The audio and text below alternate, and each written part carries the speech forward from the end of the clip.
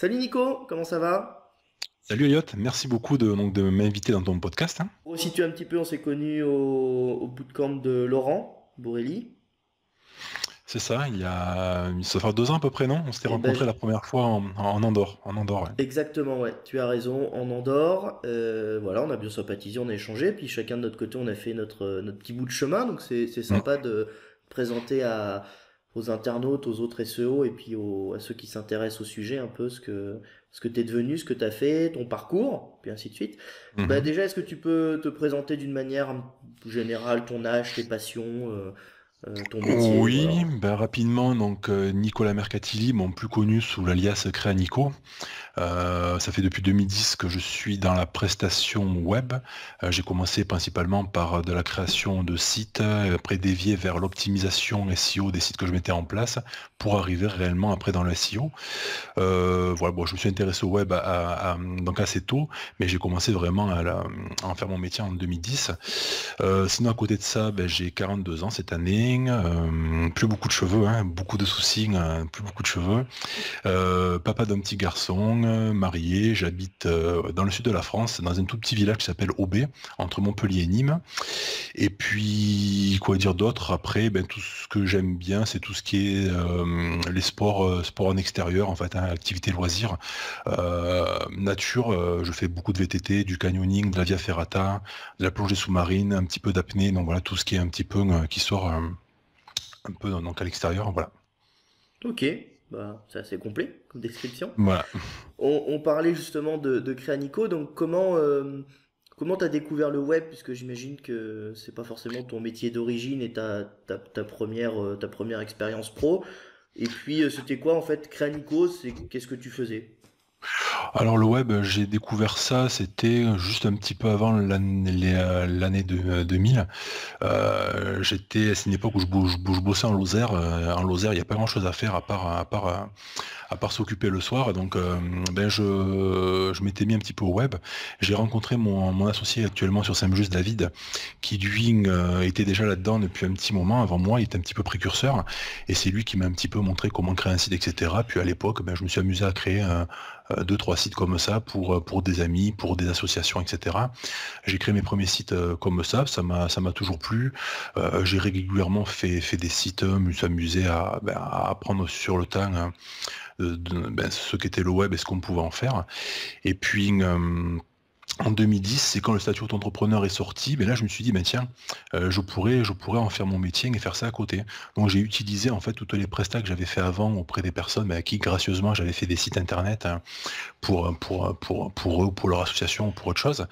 Et donc ça m'a servi un petit peu d'exemple, hein, de portfolio. Et puis ben, j'ai chopé mes premiers clients comme ça. Donc au début c'était pas trop évident, hein, de trouver ses premiers clients. J'ai réussi à trouver quelques clients et puis de fil en aiguille j'ai fait de plus en plus de sites, etc.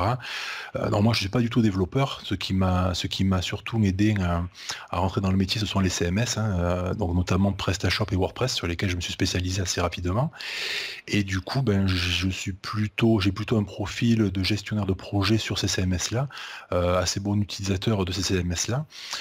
Et puis, donc j'ai proposé mes prestations pour de la mise en place de sites, de l'optimisation, puis au fur et à mesure, plus dévié dans la partie SEO, où je faisais, ben, aujourd'hui, bon, pour créer un ICO, on vient me chercher pour surtout des problématiques SEO sur WordPress et PrestaShop. Ce sont des gens qui ont une boutique en ligne sur PrestaShop ou un site vitrine sur WordPress, qui ont des gros problèmes en termes de SEO, et puis qui viennent me voir par rapport à ça pour que je les aide à optimiser leur site. Ouais.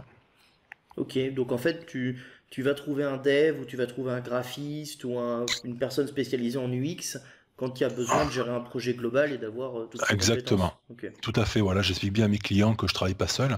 Je travaille avec différents freelances.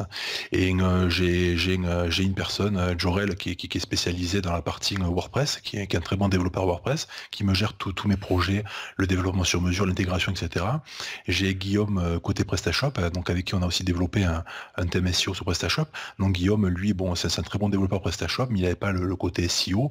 Donc voilà, donc du coup, je m'associe avec des personnes comme ça, et ça nous permet de prendre des projets de plus ou moins grande ampleur et de répondre à tous les besoins en termes d'intégration, de développement, d'optimisation SEO, du X, etc. Et puis s'il y a une compétence que nous on n'a pas, je vais la chercher ailleurs, et la personne se greffe à nous, et puis automatiquement on la met dans la boucle pour pouvoir prendre tout type de projet.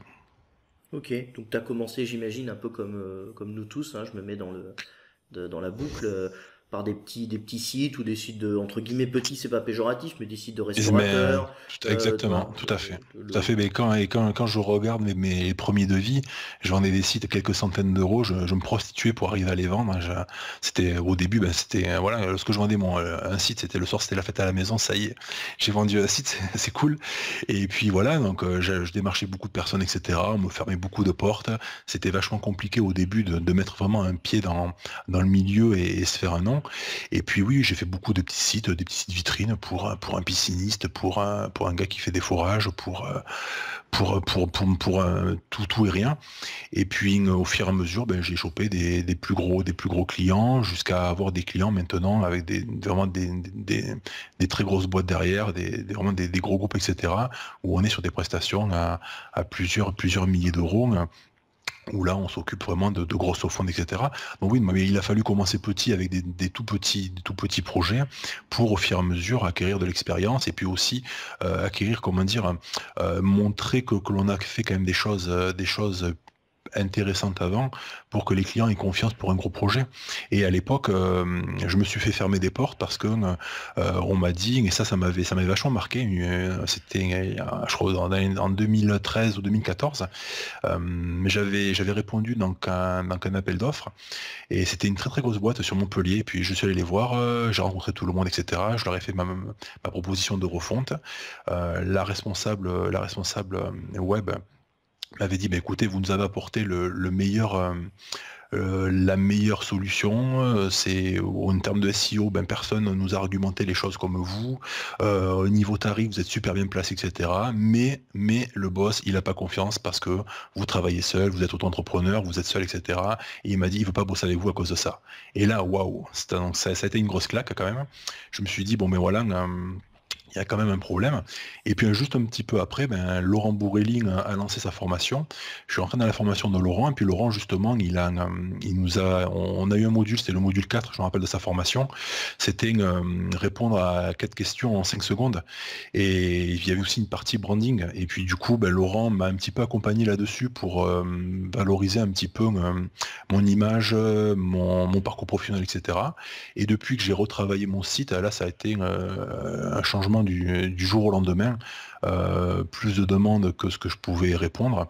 Et voilà, donc simplement un site qui donne plus de confiance comment dire, de transformer derrière, alors qu'avant c'était compliqué. Puis c'est tout simple. Je travaille par exemple avec les parcs nationaux de France. Je leur ai refait une grande partie des boutiques PrestaShop. Et donc depuis que j'ai mis sur mon site que je travaille avec les parcs nationaux de France, avec l'Agence nationale de la biodiversité, dès qu'on met des noms comme ça, automatiquement ça inspire la confiance, alors que avant je travaillais déjà avec ces gens-là, mais je l'affichais pas forcément. Et donc du coup c'était plus difficile de se vendre. Ouais. Ouais, d'accord. Bon, on est tous, encore une fois, je pense on est Hmm. beaucoup à être passé par là dans ce côté, il faut prouver, il faut montrer patte blanche, prouver que tu as déjà été Hmm. capable de gérer ce genre de projet.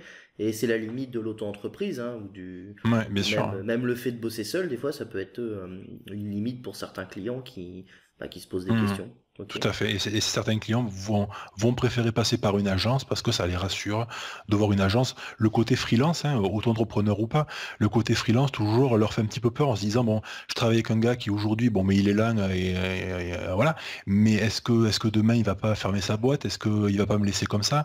Et je pense que du coup, le côté freelance peut faire parfois un petit peu peur à certaines personnes. Alors que non, c'est pas qu'on soit freelance ou pas, je veux dire qu'il y a aucun problème. Puis après, moi je pars du principe que quand on travaille avec des solutions comme WordPress ou PrestaShop, tant qu'on n'est pas sur un développement sur mesure propriétaire à un dev, on n'a aucun problème à faire reprendre un site. Et quand mes clients viennent me voir en me disant, mais voilà, mais si par exemple au bout de X années, ça va plus entre nous, j'ai dit, écoutez, vous tapez PrestaShop Montpellier dans Google, vous trouvez 50 prestataires à côté de chez vous, et puis vous n'aurez aucun problème à retrouver quelqu'un qui sera capable de reprendre votre solution. Hein. Le premier résultat, c'est toi, mais on peut aller voir le troisième ou le quatrième, c'est ça? Voilà, c'est ça, ouais, tout à fait. Ouais, c'est mon argumentaire aussi. Ok. Comment tu switches? Parce que nous, quand on s'est rencontrés, donc on était un peu au début de la formation, quand on était en Andorre. T'étais encore dans la presta. Comment tu as switché sur cette idée d'SEMGIS, qui est aujourd'hui une vraie plateforme, c'est un projet à part entière, c'est une marque, euh, et c'est complètement différent de la presta. Ouais. Bah, Juste, c'est deux rencontres, on va dire, deux rencontres importantes. La première, c'est Alan Cadix, hein, qui est un pote, qui lui, déjà il y a quelques années, qui m'a un petit peu, pareil, fait découvrir le web au-delà de ce que je faisais. Et qui, je crois que c'est en 2014, 2015, je sais plus, qui m'a fait découvrir les domaines expirés et donc et les liens. C'est Alan qui m'a fait découvrir le netlinking, comment ça fonctionnait, etc. Donc lui, il était un petit peu précurseur là-dessus. Et du coup, bon, ben, ça m'a un petit peu ouvert les yeux là-dessus. J'en ai fait de plus en plus pour mes clients, c'est-à-dire quand je vendais un site à un client, ben, je lui vendais un petit peu de liens, donc même sans forcément qu'il le sache, parce que bon, les liens à l'époque, on s'y mettait, c'était juste après Penguin, et Penguin a fait beaucoup de mal, et quand on parlait de netlinking, les clients partent en courant, parce Mm. qu'automatiquement, ils avaient peur de la pénalité.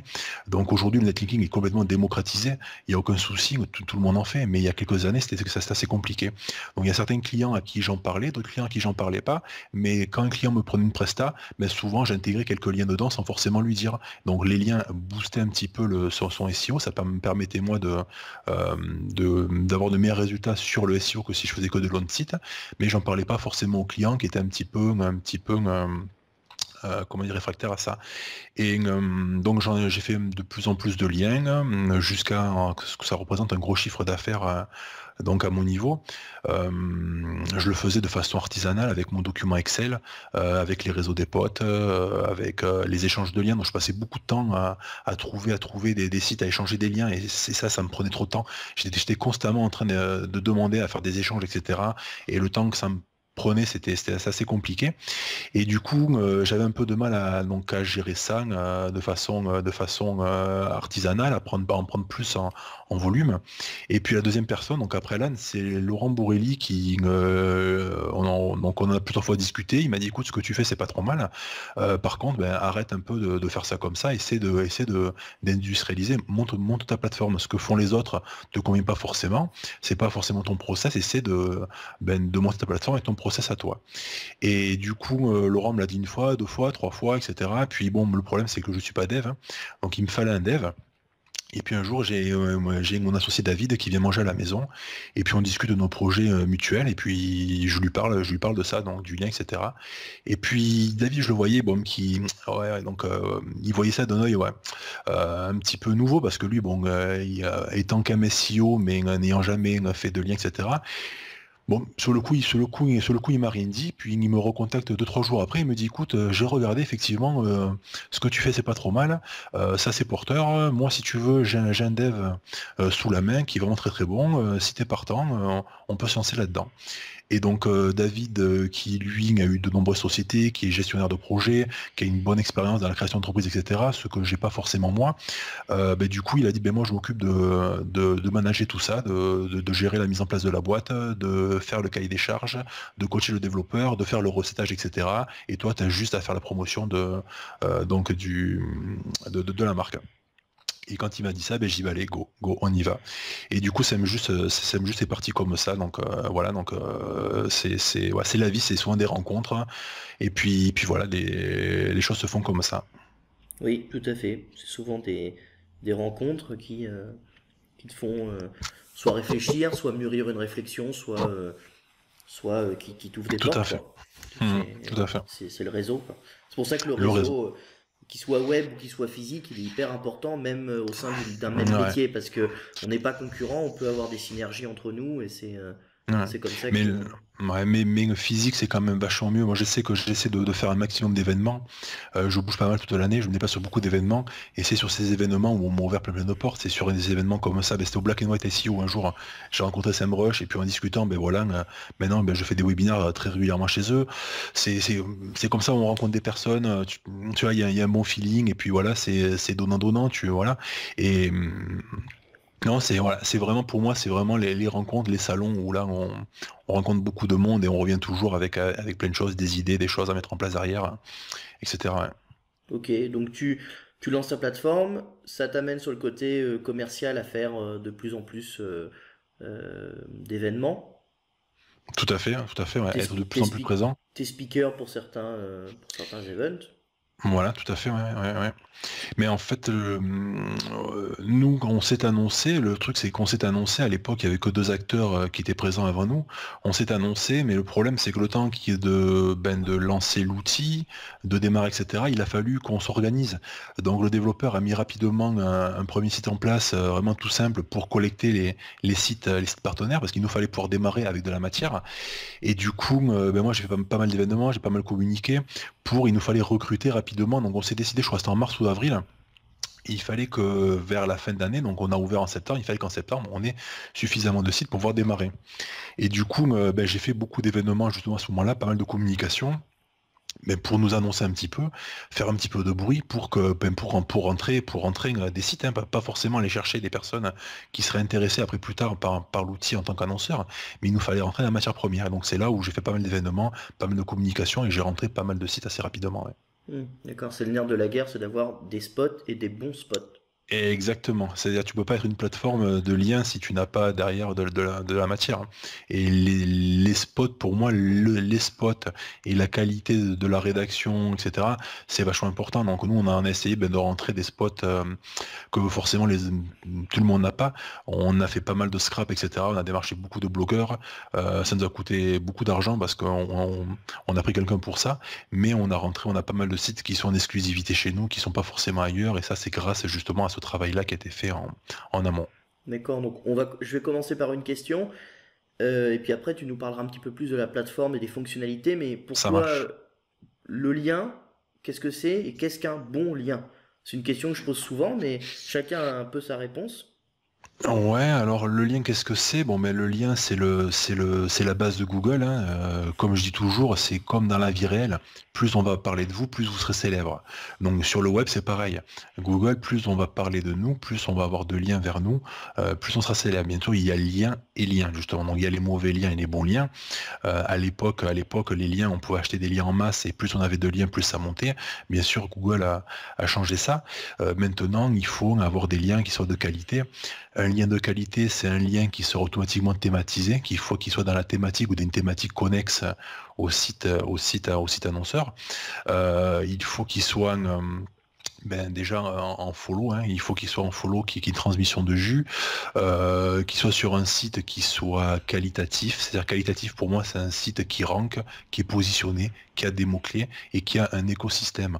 On a eu là, en fin d'année la mise à jour Google It pour Expertise Authority Trust. On est clairement là-dedans. Il faut que le site il ait de l'expertise, de l'autorité, du trust. Plus ce site aura de la confiance à ce niveau-là, plus il fera du bruit autour de lui, plus il sera associé à une marque, mieux ce sera. Donc un bon lien, c'est vraiment un lien voilà, sur un site qui sera qualitatif, bien thématisé, et que le lien soit bien amené, et qu'il ne soit pas sur une encre pourrie, trop suroptimisée, qui peut justement alerter Google ou un concurrent qui ira checker un petit peu les backlinks. D'accord, ok. Donc là, bah, t'es complètement dans l'évolution 2010, 2012, 13, on va dire, qui est, il y a le lien, il y a le lien, et puis on n'est plus juste pour faire du lien en masse, faut vraiment trouver une... Mm, Alors, c'est pas forcément un domaine connexe ou proche, mais c'est trouver un lien sémantique entre un exactement. premier site et un deuxième site qui fait un lien, voilà, vers chez toi. Tout à fait.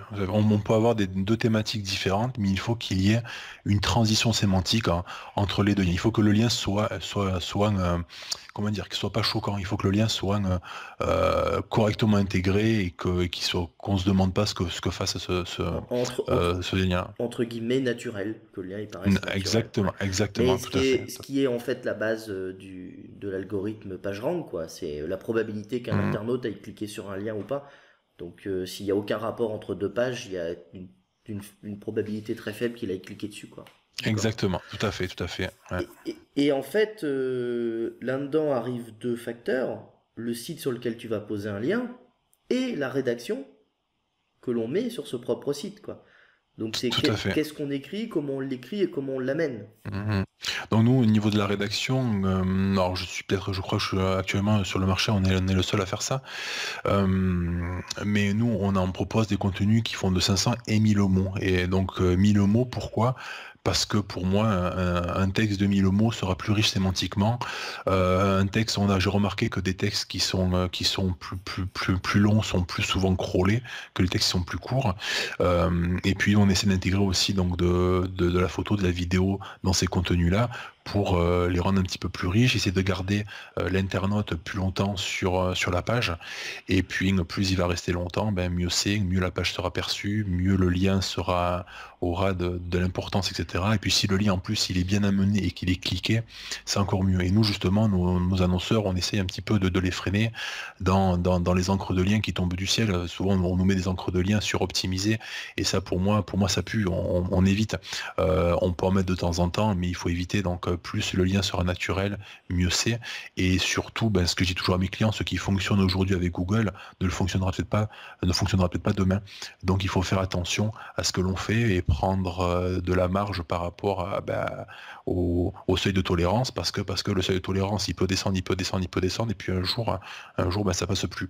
Donc nous, on essaie vraiment d'accompagner nos clients sur des choses qui soient pérennes dans le temps, qui soient pas trop suroptimisées, donc ça monte un petit peu moins vite que si on est agressif, mais par contre on le garantit dans le temps à nos clients. Il y a vraiment deux approches dans le lien aujourd'hui. Il y a pour l'instant le semi-crade marche encore, donc faisons du semi-crade, Exactement, ouais. puisque ça fonctionne, et d'autres, ben, un petit peu comme toi, et puis moi je me mets dans le même paquet, hein, essayons de faire le plus propre possible, et peut-être que ça sera que dans 5 ans, peut-être que ça sera que dans 2 ans ou dans 3 jours, on ne sait pas, mais le jour où il y a une mise à jour, on passera peut-être au travers. Tout à fait. C'est toujours le Et, peut-être, quoi. Et nous, ce qu'on a remarqué, c'est souvent des personnes qui sont payées en fait à la performance. Il y a des personnes qui sont payées à la performance et du coup, ben pour eux, il faut que ça monte super vite, super vite, super vite, super vite. Le site, il va monter très rapidement, mais après, le problème, c'est que si dans 6 mois, 1 an, 2 ans, il tombe, et ben c'est trop tard. Et puis la prestation, elle a été faite, elle a été payée, et puis le client, ben tant pis pour lui. Donc nous, ce qu'on fait, c'est vraiment, on essaie vraiment de prendre un maximum de précautions pour faire du lien, mais le faire vraiment super propre. Alors on va dire que du lien c'est propre, c'est un peu compliqué parce que toujours quand en lien on est assimilé donc au Black Hat, mais voilà, je pense il y a lien et lien, et nous on essaie de faire du lien mais qui soit le mieux intégré possible et que ça paraisse pas un flag quand on passe dessus, hein. Alors sur la page, bon, tu as dû le voir aussi, mais la page des consignes en termes de netlinking de la part de Google a évolué. Ah non, Donc mais non, tu vois, tu me l'apprends là. ils ont changé un petit paragraphe en Ah soi, si, oui, oui, c'est pas tout à fait. super significatif, Oui. mais ils n'avaient pas retouché cette page depuis extrêmement longtemps. Donc ça veut dire que la politique évolue un peu. Et de mon point de vue, je ne vois pas Google ne pas pouvoir bouger sur cette politique-là, puisque clairement tout le monde achète du lien de manière super ouverte. Bien sûr, hein, bien sûr. Oui, oui. Mais je l'ai vu passer, c'était sur le site d'Olivier Andrieux. Je l'ai vu passer. Mais pour moi, alors, je sais plus ce qu'ils avaient modifié exactement, mais ce qu'ils ont modifié, pour moi, ça change rien. Euh, voilà, on en est toujours au même point. Et puis oui, ce qu'on fait actuellement, ça marche toujours. Et peu importe ce qu'ils disent, ils auront toujours du mal à détecter les liens que l'on fait. Donc pour moi, il y a pas de souci, ouais. Ok. Donc sur SEMG, quel genre de lien on trouve? Quel genre de site tu apprécies? Puisque j'imagine qu'en fait la plateforme, c'est le reflet de ta manière de netlinker en fait. Donc Tout à fait, hein. quel genre de lien on va trouver? Ça a l'air d'être Mhm. beaucoup de l'exclu. Comment les liens sont mis en forme, tu vois? Et puis qu'est-ce que tu regardes vraiment dans un site web quand tu le positionnes sur ta plateforme ou pas? Mhm. Alors nous, ce qu'on a voulu faire, c'est qu'on a voulu mettre en place donc un algo pour évaluer les sites. On n'a pas voulu mettre une note nous-mêmes manuellement, on a voulu automatiser ça. Donc on a développé donc notre algorithme qui s'appelle le JustFlow. Cet algorithme, donc c'est à peu près 20 points de critères, va venir donc évaluer les sites. Le JustFlow prend principalement tout ce qui est positionnement, mots-clés, etc., trafic. Donc on l'a vraiment plus ciblé là-dessus que le TrustFlow. Et actuellement, le TrustFlow, c'est un petit peu la monnaie d'échange, mais ça se manipule beaucoup. Nous, vraiment, on se positionne par rapport au trafic et au nombre de mots-clés. Donc, on a développé cet algorithme-là. Une personne, un éditeur de site, donc inscrit son site sur notre plateforme. Son site va être automatiquement évalué. Donc on a quand même deux points de contrôle, deux critères qui sont validés manuellement. Donc du coup, quand on inscrit un site, il faut attendre qu'il soit validé manuellement parce qu'on doit auditer 2 points nous manuellement. Et donc c'est pas automatique via les API que l'on a. Une fois que le site est évalué, donc il a son JustFlow, on a une grille tarifaire qui va de 0 jusqu'à 100 et en fonction de la note que vous avez, vous serez dans telle ou telle offre. Donc comme on vend du jus SEO, on l'a fait sous forme de fruits, donc ça commence avec la fraise, le raisin, le kiwi, l'orange, l'ananas et la pastèque. Plus le fruit est gros, plus il y a de jus, plus ils sont chers à l'achat, et plus on rémunère les partenaires. Et donc on a mis ça en place, ça nous permet comment dire, de créer entre guillemets l'argus du lien, d'avoir un tarif équivalent pour des sites qui seraient proches, hein, éviter de mettre plus à un site et moins à l'autre. Donc vraiment tout le monde est sur le même piédestal. Les sites sont réévalués tous les mois, donc tous les mois c'est en début du mois, on a le JustFlow qui se recalcule tous les mois au niveau des sites. Ça permet de suivre l'évolution d'un site. Si un site perd en visibilité, automatiquement on le vendra moins cher, ce qui est normal. Et si un site évolue pas mal, le site automatiquement il va monter en fruits. Et moi par exemple j'ai rentré un site il n'y a pas très longtemps, un site que j'avais repris à Laurent, qui est rentré en kiwi, il est passé en orange, et puis là aujourd'hui, il est passé en ananas aujourd'hui, parce que le site je m'en occupe bien, je rédige beaucoup dessus, etc. Et le site donc il monte, il gagne en visibilité. Donc il monte dans les offres. Donc ça nous permet d'automatiser cela.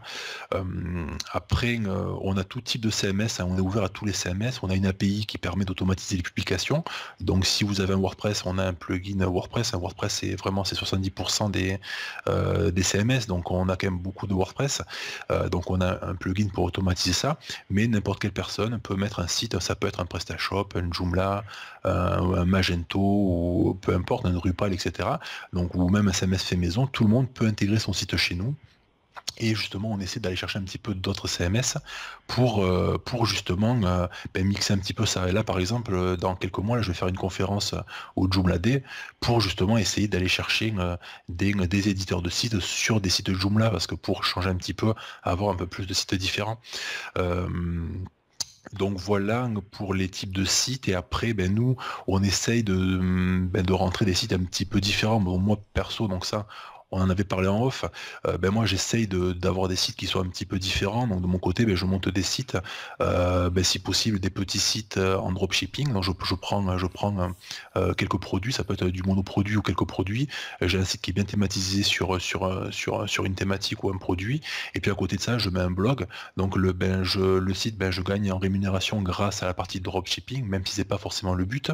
Et après il y a la partie vente de liens sur la partie blog, et du coup pour moi, c'est un site comme ça, c'est un meilleur spot qu'un blog, entre guillemets de CP, où il n'y a que des publications d'articles, etc. sponsorisés. Donc on essaie d'avoir une mixité de sites. On a quelques forums aussi sur Samjust, on a vraiment un petit peu de tout. Et on essaie de mixer ça au maximum à nos clients, et les gens qui viennent vers nous, les éditeurs de sites, j'essaie toujours de les inciter à faire des sites qui sortent un petit peu de l'ordinaire, pour justement avoir des spots qui soient un peu plus variés que ce qu'on a d'habitude. Ouais.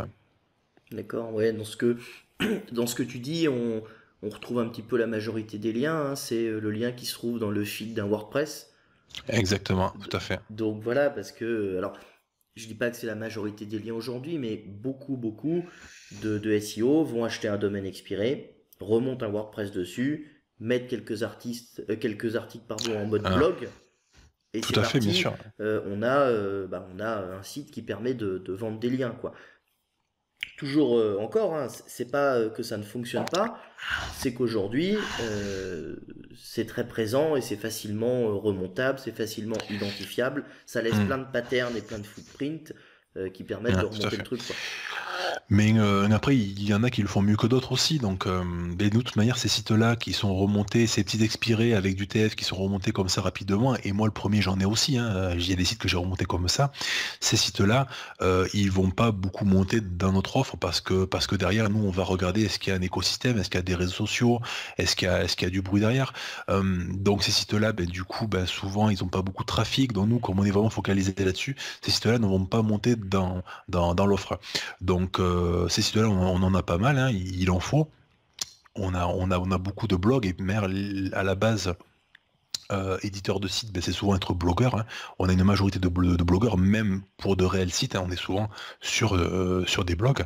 Mais c'est vrai qu'on retrouve beaucoup de WordPress sous forme de blog, et puis avec des personnes qui vont remonter rapidement un expiré, mettre 3 pages dessus, puis essayer de le monétiser. Mais ces sites-là, pour nous, ne monteront difficilement dans nos offres. Un site qui monte chez nous dans nos offres, donc on va dire dès qu'on arrive à partir de l'orange, ananas et pastèque, là il faut avoir quand même du trafic, il faut que ça rank, il faut que ce soit positionné. Donc un client qui vient acheter des fruits un petit peu moyen et gros, on va dire chez nous, automatiquement ils sont sûrs d'avoir un site qui sera qualifié avec du trafic, des mots-clés, etc. Et souvent, ces petits sites qui rankent pas trop, c'est des sites qui sont souvent très bien thématisés, ils n'ont pas beaucoup de trafic, mais ils restent chez nous dans l'offre raisin kiwi qui se trouve entre 45 et 90 euros. Donc dans ces tarifs-là, voilà, on a des petits liens bien thématisés, avec un petit peu de trafic, voilà, il n'y a pas trop de positionnement, etc. Mais par contre, dès qu'on passe au-dessus, là on commence à avoir des sites qui sont intéressants, qui sont positionnés, qui a du trafic, il y a un réel blogueur derrière, il y a de l'activité sociale, il y a des newsletters, il y a du partage, il y a vraiment du bruit autour. Et là, le signal, il est meilleur. D'accord, donc t'es vraiment dans cette... En fait, si on veut monter chez toi, il faut, entre guillemets, un vrai, et alors je mets vrai, entre guillemets, mais un vrai site.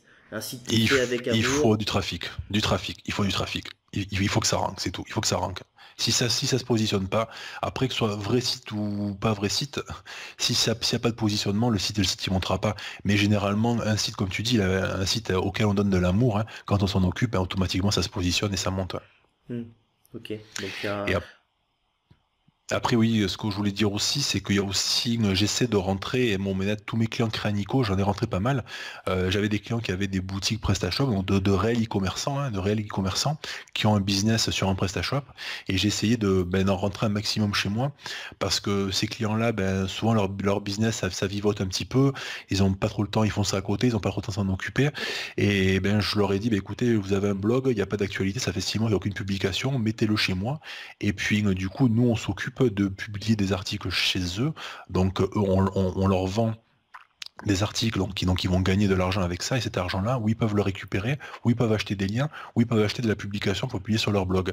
Et du coup, on fait vivre un petit peu leur site, et du coup, ils sont très contents parce que du coup, ils ont de l'actualité. Bien sûr, on fait attention à pas mettre quelque chose qui soit directement concurrentiel, hein. Il faut que ça reste proche de ce qu'ils font, sans être un concurrent direct. De toute manière, chez nous, ils ont la possibilité, quand on soumet un site à nos partenaires, aux éditeurs de sites, ils ont la possibilité d'accepter ou pas la proposition. C'est-à-dire, ils peuvent dire non, je veux pas, cette proposition ne m'intéresse pas, elle est trop concurrentielle. Par exemple, ils refusent, l'algo va reproposer un autre site automatiquement. Donc on leur impose rien. Donc du coup ils mettent les sites chez nous, puis en fonction de ce qu'on leur propose, ils disent oui, ils disent non, et voilà. Donc du coup ça permet d'avoir des sites qui soient un peu plus, comment dire, mixer un petit peu les sites, avoir un réel site derrière. Et pour moi, quand on est sur un vrai site e-commerce, qu'on a un lien dessus, le spot il est super. Donc voilà, s'il y a des gens ici qui ont des e-commerce, et qui ont un blog et qui n'ont pas trop le temps de s'en occuper, n'hésitez pas à venir chez nous, vous inscrivez le site et on s'occupera d'alimenter votre blog. Vous serez rémunéré pour ça, vous achèterez du lien avec ça. Voilà, donc ça je le conseille à pas mal de personnes, et les gens en sont généralement très contents. C'est ce que j'allais dire, ça a double intérêt. Un, tu t'occupes plus ou beaucoup moins de ton blog, puisque tu as de Bien sûr. l'actualité qui tombe. Tu gagnes de l'argent, ce qui peut te payer une partie de ton Mhm. netlinking. Et puis, Et tu as un site qui peut même faire du maillage interne. Bien sûr, et puis le site, il se positionne, je veux dire, même si c'est de l'article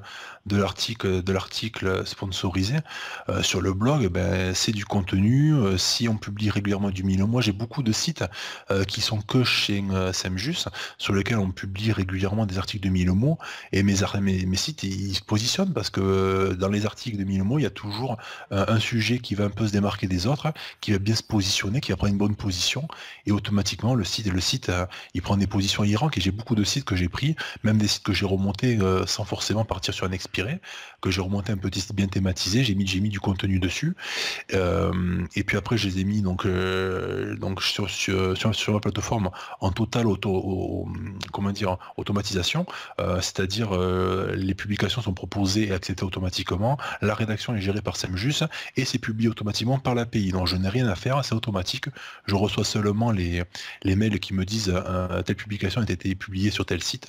Donc je vais juste contrôler à chaque fois que tout soit bien publié, que ce soit bien propre. Et puis voilà, donc j'ai rien à faire et puis je suis rémunéré et en plus mon site gagne en visibilité parce que les articles automatiques font qu'ils alimentent le site et que ça se positionne derrière. Ouais. Hmm. Ok, d'accord. En tant que éditeur de site, combien je gagne à mettre mes sites chez toi? Alors tu vas me dire ça dépend, évidemment. Exactement, ça dépend. Donc nous, éditeurs de site aujourd'hui, c'est vraiment c'est un réel nouveau métier, hein. On se rend compte que c'est moi qui effectue les virements des partenaires tous les mois. Et il y en a, ils vivent très très bien grâce à leur site. Il y en a qui ont fait des virements à 4 chiffres tous les mois parce que ils ont des beaux sites qui sont bien positionnés. Alors il y a ceux qui ont beaucoup de sites, qui ont par exemple 200 sites, mais ils n'ont pas le temps de s'en occuper. Donc c'est que des petits sites, mais à chaque fois ils vont toucher entre 13 et 30 euros par publication. Donc c'est entièrement automatisé. Donc du coup ils ont rien à faire, mais ils touchent beaucoup de petites sommes par-ci par-là. Et il y en a d'autres qui ont 5 ou 6 sites par contre. Ils les bichonnent, ils s'en occupent, ils donnent de l'amour à leur site, et ces sites-là, ils se positionnent rapidement, et eux, on va leur donner 200, 150, 200, 300 euros par publication. Donc ces personnes-là, du coup, ils ont moins de sites à gérer, c'est un peu plus simple pour eux, ils s'en occupent un peu plus, et ça rentre assez rapidement aussi. Donc on a vraiment deux types de profils, ceux qui multiplient les sites et ceux qui justement préfèrent avoir moins de sites mais s'en occuper un petit peu mieux. Et après, c'est vraiment plus ou moins différent et c'est suivant les thématiques, c'est-à-dire j'ai des sites perso, moi j'ai un site dans les animaux, si j'ai publié 3 fois dans l'année dessus, c'est le maximum parce qu'on a très très peu de personnes qui viennent nous acheter des articles associés aux animaux par exemple. Par contre, j'ai des sites dans le business, dans la maison, dans les travaux, qu'est-ce que j'ai encore dans tout ce qui est le service, la finance, l'immobilier. Bon là, si on a des sites là-dedans, automatiquement il y a beaucoup de demandes et il y aura plus de publications. Donc il est important de choisir les bonnes thématiques, des thématiques où il y a de la demande. Il y a des business où il y a peu d'achat de liens autour de ces business-là. Donc automatiquement, c'est difficile de rentabiliser ça parce que le site il est super, il se positionne, etc. C'est un bon spot, mais nous, de notre côté, on a peu d'annonceurs qui viennent. Donc du coup, c'est compliqué. Il faut cibler des thématiques qui soient beaucoup demandés, éviter d'avoir des sites trop généralistes, hein. Les sites généralistes, chez nous, l'algo va automatiquement leur mettre un malus, hein. Nous, on préfère un site qui soit thématisé qu'un site qui soit généraliste et ouvert à toutes les thématiques. Donc, il faut essayer d'avoir un site qui se positionne, qui soit propre, dans une thématique qui est demandée, et automatiquement, nous, on peut vous amener régulièrement des publications. Et on a des personnes chez nous qui ont un site, voire 2 sites, et chez qui on publie régulièrement parce que les sites sont super clean et en plus entre chaque publication qu'on met chez eux, ils publient eux de leur côté, etc. Ils continuent à alimenter le site. Voilà, donc on peut gagner quelques dizaines d'euros par mois jusqu'à plusieurs milliers par mois suivant les sites que l'on a, le nombre et surtout les thématiques. C'est très important la thématique parce que la thématique, suivant la thématique qu'on a, on peut avoir très très peu de demandes. Ouais. Donc, deux grandes stratégies, globalement, c'est soit plein de sites remontés à la va-vite, en expiré et automatisé à mort, pour Tout gagner à fait. quelques dizaines ou quelques euros sur chacun, mais on a énormément de Mais sites. exactement, mais cumuler, c'est pas négligeable, mais voilà, mais il y a une gestion plus importante derrière quand même, hein. Ouais. Ou alors avoir quelques sites qu'on bichonne vraiment sur une thématique. De toute façon, on le voit avec les éditeurs de contenu, c'est une thématique qui est une passion ou qui est quelque chose qu'on Bien connaît sûr, vraiment et sur lequel on peut réellement écrire du contenu. Alors ça peut toujours s'acheter, hein, mais on voit que le contenu qui a une vraie valeur coûte assez cher.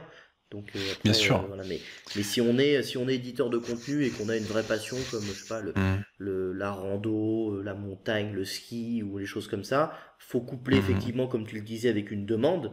Donc si demain, tu vois, moi je suis dans la pêche, j'avoue mhm. que La pêche, on a très peu de demandes, très très ah, peu de demandes évidemment sur la on a pêche. très peu de demandes, évidemment. Donc même j'ai beau avoir des belles métriques et tout ce qu'il faut, effectivement, il y a pas beaucoup de demandes, quoi. Ouais, tout à Mais fait. si tu tapes dans l'immobilier ou dans autre chose, tu dois, en mettant de Exactement, ouais, l'amour tout à dans fait. Et moi, perso, avant juste, je multipliais beaucoup les petits sites parce que les petits sites me permettaient d'arroser pour un maximum de clients. C'est-à-dire, moi, ben, j'avais mes propres clients dans différentes thématiques. Alors, au début, j'avais mes premiers sites, je les montais généralistes pour pouvoir caser tout le monde dessus. Après, j'ai monté pas mal de sites thématisés, mais beaucoup de petits sites pour en avoir un maximum et poser un maximum de liens pour mes différents clients. Et puis, quand SEMJust est arrivé, ben, SEMJust, ben, nous a permis de calibrer le lien. C'est-à-dire, avant, je vendais quasiment en nombre de liens. On regardait pas trop la puissance des liens parce que c'était beaucoup de petits sites que j'avais moi et que mes potes avaient, etc. Donc, on faisait beaucoup d'échanges sur des petits sites. Et grâce à SEMJust, ben, on a maintenant de gros liens. Et perso, maintenant, j'ai complètement stoppé les petits sites. Je me focalise sur des sites et que j'essaie ben, de trouver un site intéressant. J'en ai un dans l'auto, j'en ai un qui est un gros média, j'en ai un qui est dans la construction, etc., dans tout ce qui est maison. Et j'essaie d'avoir différents sites comme ça dans ces thématiques-là. Puis je m'en occupe, je les alimente. Et puis c'est plus intéressant, financièrement, je pense que c'est plus intéressant d'avoir ça et de s'en occuper correctement parce que ces sites-là, ils ont plus de valeur et surtout, pour moi, c'est un petit peu comme dans l'immobilier. Quand on investit dans des gros sites, etc., on capitalise un petit peu, on se crée son patrimoine et des gros sites auront toujours plus de valeur que plusieurs petits sites. Les petits sites, ils peuvent tomber, on n'est pas à l'abri que Google arrive à détecter un petit peu tous ces sites-là qui sont en automatique à expirer toujours avec le même type de publication, qui a aucun contenu, sans lien, etc. On ne sait pas ce que peut faire Google d'ici 1 an ou 2 ans, et il peut balayer tout ça d'un coup, alors que les gros sites qui sont intéressants, qui ont des réseaux sociaux, où il y a vraiment de l'activité et du bruit autour, vraiment de l'intérêt. Moi, le site que j'ai autour de la construction, mais les vidéos, elles sont super vues. J'ai plein de likes, de partages, de commentaires sur mes vidéos, etc. Parce que le site il est intéressant, les vidéos sont intéressantes, etc. Donc ce site marche bien grâce à ça. Donc il y a du bruit autour. Google, il pourra jamais dégager un site comme ça, c'est pas possible. Il peut pas. Donc pour moi, c'est plus intelligent d'investir dans des sites comme ça que d'investir en masse dans des petits sites. Donc voilà, le conseil que j'ai moi aujourd'hui, c'est vraiment ça. Focalisez-vous sur quelques sites, bichonnez-les, donnez-leur de l'amour de façon à les faire monter rapidement et puis occupez-vous-en bien et en les mettant sur différentes plateformes, vous pouvez les rentabiliser très très rapidement et arrondir les fins de mois sans aucun souci. Ouais. Ouais, ok. L'idée, c'est un peu d'avoir, comme de la com, hein, c'est un peu de tout, tout le temps. Voilà. Exactement, tout à Donc fait, tout des à fait. petits sites, ça peut aider, mais des gros, c'est vrai que Hum. t'arrives avec une autorité, avec une reconnaissance, une légitimité qui est beaucoup plus importante. Ah oui, bien sûr, tout à fait, tout à fait, tout à fait, ouais, ouais, tout à fait. Et nous justement, dans nos stratégies, bon, nous, ce qu'on fait, c'est qu'on on prend nos clients par la main sur des stratégies, les clients les accompagnent sur plusieurs mois sur une stratégie de lien, et on va justement leur mettre une mixité de liens. Et moi personnellement, ben, j'évite de multiplier les petits liens à mes clients, et qu'un client vienne chez moi avec un budget de 100 euros ou avec un budget de 1000 euros par mois, je suis capable de lui mettre 1 ou 2 liens par mois, ou je lui mets 2 liens à 50 euros, ou je lui mets 2 liens à 500 euros, ou même un lien à 1000 euros. Donc on est capable d'adapter les liens au budget pour éviter justement, mais le client qui vient avec un budget de 2000 euros, ben, devoir lui mettre 50 liens pour arriver aux 2000 euros. Donc nous, on est vraiment, on a tout type de sites, des gros médias, des gros médias au niveau de la presse, et ces sites-là, ben, ils coûtent très cher, ils ont une grosse autorité derrière, et ces sites-là, ben, nous, ben, on les utilise aussi. Donc on peut avoir des petits sites de certains mois, un gros site le mois suivant, et on va mixer tous les mois le nombre de liens pour éviter d'avoir une empreinte qui se répète tous les mois. Donc on peut être capable de mettre 5 liens à un client un premier mois, on lui met un lien le mois d'après on lui en met 3, le mois d'après on lui en met 2, et on va varier les CMS, les encres, etc. On publie jamais sur les mêmes sites partenaires, on arrose sur tous les partenaires que l'on a sur notre plateforme pour éviter justement qu'il y ait des footprints entre les sites de nos partenaires. Et du coup, on va vraiment noyer tout ça dans la masse. Et plus on est sur des sites influents, gros, moins il y a de risques, moins il y aura de risques derrière.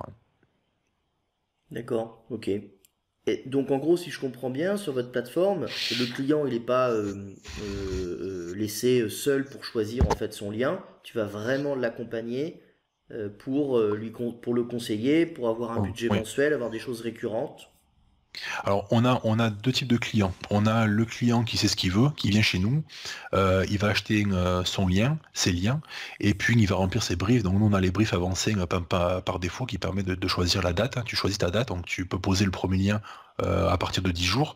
Donc ils choisissent leur date, hein, les encres de lien, le type de page à pousser, etc. Ils remplissent le brief pour dire ce qu'ils veulent un peu comme rédaction, etc. Et ils vont lancer eux-mêmes tout en autonomie. Nous, on a quelqu'un qui valide ça, c'est Laura chez nous. Laura, elle, toutes les campagnes qui sont lancées, elle vient les checker, elle vient les regarder et les valider. C'est-à-dire, si un client, par manque d'information, de négligence, etc., va lancer quelque chose qui serait pas cohérent ou dangereux pour son site, automatiquement, Laura prend le téléphone, elle appelle, attention, j'ai vu que vous avez fait ça, etc. Est-ce que c'est normal ou pas? Donc elle en discute avec eux. Et 9 fois sur 10, la personne dit, ah ben je savais pas, merci de m'avoir appelé, ok, qu'est-ce que vous me conseillez? Et là, on leur explique ce qu'il faut faire. Donc ça arrive quand c'est des petits clients, des e-commerçants, etc., qui essayent de se débrouiller tout seuls, mais qui n'ont pas forcément la bonne démarche. Et après, on a derrière... Donc des personnes qui nous appellent carrément et eux, par contre, ils sont perdus, ils savent pas par où commencer, ils ont entendu parler que le netlinking c'est bien pour leur site, ils savent qu'il faut en faire, leurs concurrents en font et automatiquement gagnent en visibilité, donc eux ils veulent en faire mais ils savent pas par où commencer.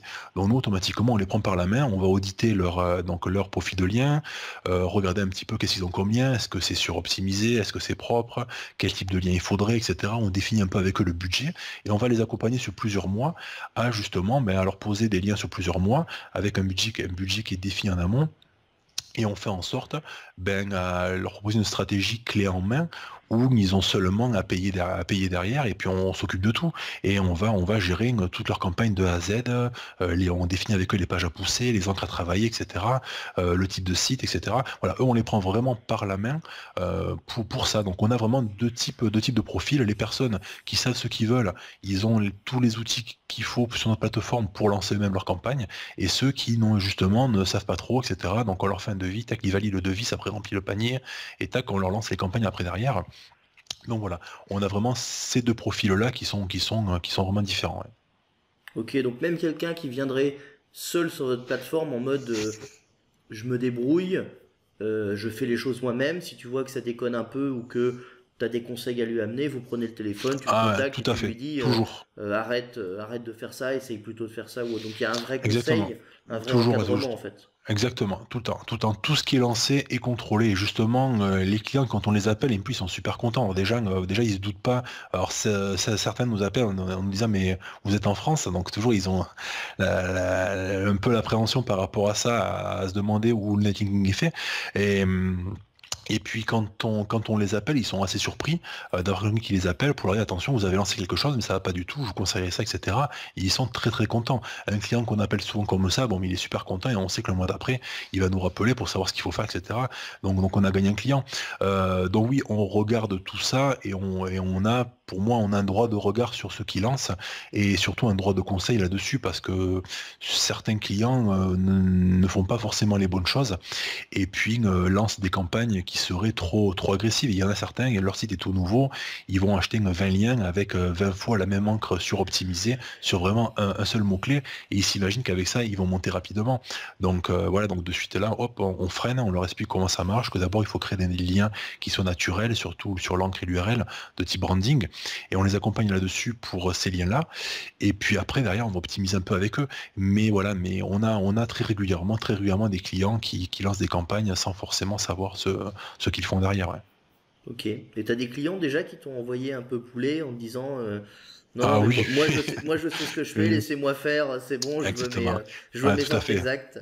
Ah ouais, tout à fait. Il y en a certains, non, non, mais je sais ce que je fais, je veux ça. Bon, ben ok, voilà. Mais au moins, voilà, on l'a informé, on a fait notre job. Après, qu'il veuille continuer comme ça, il n'y a aucun souci, hein, libre à lui de le faire. Mais par contre, voilà, on les contacte quand même pour les avertir au cas où. Mais c'est vrai, de temps en temps, on nous répond, oui, oui, je sais ce que je fais, ne m'emmerdez pas, laissez-moi faire. Donc voilà, bon, il n'y a pas de souci, on laisse faire. T'as la conscience tranquille, t'as fait le job. C'est le Exactement, principal. c'est ça, tout à fait, Ok. exactement.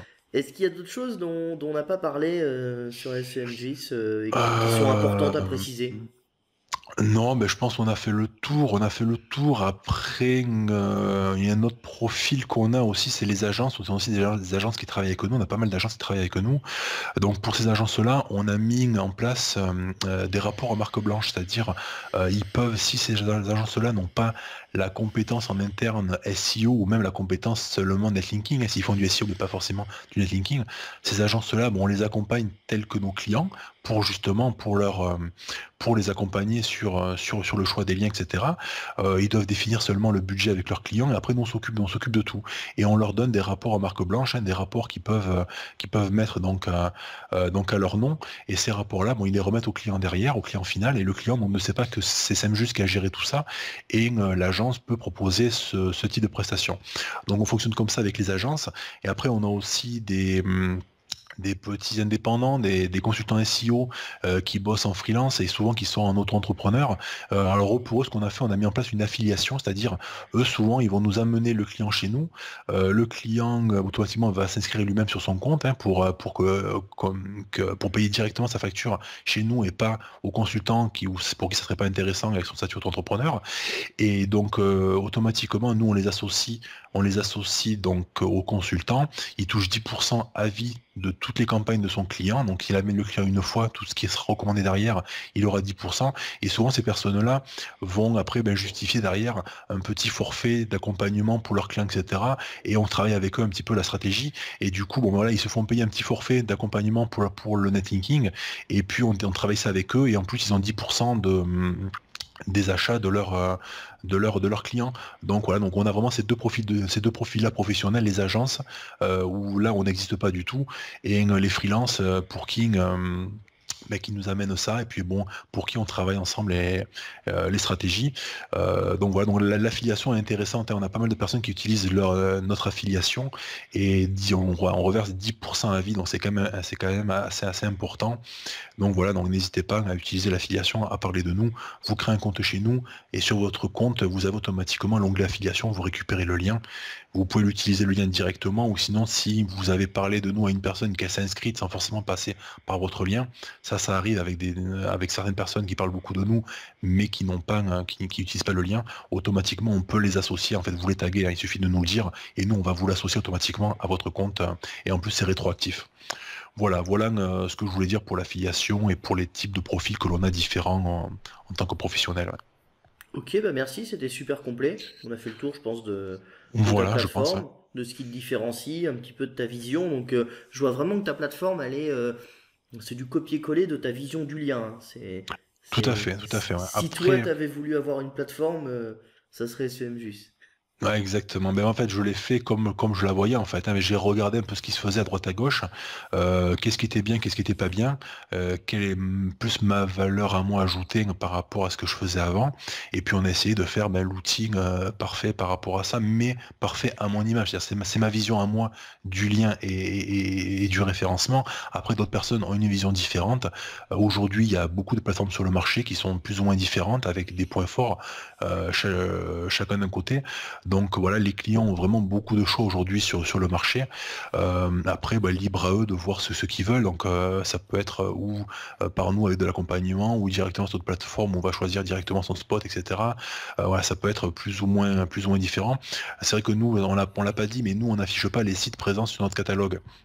Parce qu'on l'a fait pour plusieurs raisons. C'est qu'on a beaucoup de blogueurs qui sont chez nous et eux, clairement, ils veulent pas être affichés. Ils nous ont dit, nous, on vient chez vous, par contre, on veut surtout pas être affiché sur un catalogue de sites parce qu'il y a le risque d'être affiché et d'être balancé un jour sur un forum comme on a pu le voir plusieurs fois. Il y a un risque, ouais, il y a un risque à s'afficher en tant que vendeur de liens. Donc ces personnes-là ne veulent surtout pas prendre le risque. Donc le deal chez nous, c'était de s'inscrire, mais de ne pas être affiché. Mm. Et puis nous, on a démarché aussi beaucoup de sites. Ça nous a coûté beaucoup d'argent. C'est des sites qui sont pas forcément chez nos concurrents. Donc ces sites-là, on veut pas qu'on les voit pour les démarcher et les avoir ailleurs. Donc c'est pour ça, nous, on montre pas les sites sur notre plateforme. Par contre, il faut savoir que on va toujours vous associer le meilleur site que l'on ait, c'est-à-dire avant de penser à poser le lien chez un pote parce qu'il a un site dans la TMA, etc. On va toujours privilégier l'annonceur. On va toujours mettre le meilleur spot que l'on ait par rapport à la thématique et aux fruits de l'annonceur. Voilà, on va toujours essayer de satisfaire au mieux l'annonceur en leur mettant les meilleurs sites. Et les clients qui nous démarchent avant, pour qu'ils se font accompagner, mais souvent, ils viennent nous voir, qui nous demandent un peu ce que l'on a, et nous, on leur conseille certains fruits à acheter, justement, parce qu'on sait que derrière, on a de très bons spots dans cette théma-là, etc. Donc voilà. Donc, si besoin, vous pouvez aussi nous contacter pour ça, et on vous orientera sur le type de fruits à acheter pour avoir les meilleurs spots dans votre thématique. Voilà. Ok, Est-ce que j'ai répondu à ta question? parfait. C'était très clair, très complet, ça me va tout à fait. Est-ce que on peut faire une petite aparté? Là, on arrive à la fin du podcast, ça va faire 1 heure qu'on est ensemble. Ouais, Sur le, déjà 1 heure, ouais. Ouais, ouais, ça déjà fait, 1 heure, ouais. Ça ça passe passe vite. super vite, mais comme c'est super intéressant ce que tu dis, y a pas de souci. Une petite aparté sur le concours de Julien? Oui, tout à fait. Donc, Julien a lancé un super concours, le concours Next Level, avec le mot-clé, c'est smartphones pliables. Donc c'est une requête existante, donc c'est un concours un peu particulier. Il y a beaucoup, je crois, il y a 150 SEO qui sont inscrits sur le concours. Donc moi je m'y suis inscrit, j'ai pas encore pu rentrer en action. Parce que par manque de temps, là, je suis un peu débordé. Ben, j'essaie de m'en occuper. Là, j'ai une collègue, Morgane, qui est rédactrice, qui m'a proposé de se mettre sur le concours avec moi, de m'accompagner là-dessus. Et donc, du coup, bon, ben, allez, go, on va y aller. Le concours a démarré, ça fait quasiment une semaine. Donc, nous, on va démarrer un petit peu après les autres. Malheureusement, j'aurais pas assez de temps pour consacrer voilà, beaucoup de temps à ça. Voilà, je pourrais pas faire ce que je veux, mais on va essayer d'y participer, de faire quelque chose. Voilà, donc oui, Julien a lancé vraiment un super concours. Ça fait bouger pas mal de monde. Et voilà, et en plus il a associé ça à un événement, donc le résultat du concours sera juste avant l'événement. Donc c'est sympa comme truc, hein. Ok, t'as checké un petit peu les SERP récemment ou pas? Du Oh tout. oui, alors ça Ok. bouge, je suis allé voir un petit peu, alors ça bouge beaucoup en fait, hein, ça bouge beaucoup, il y a les sites qui rentrent, qui se font tous dégager, etc. Donc ça bouge beaucoup, donc je sais pas là. Pour l'instant, alors j'ai pas trop pu regarder. Je voulais voir un petit peu ce qu'avaient fait les premiers concours pour voir un peu ce qui fonctionnait. Voilà, j'ai pas encore eu le temps de m'en occuper. Là on est vendredi soir, je vais essayer de regarder un petit peu ce week-end pour pouvoir rentrer en action à partir de lundi prochain. Ok, c'était la grande question de la journée. Mm. Filtre, pas filtre, sandbox normal, simplement parce que deux premiers ont pris plus 20.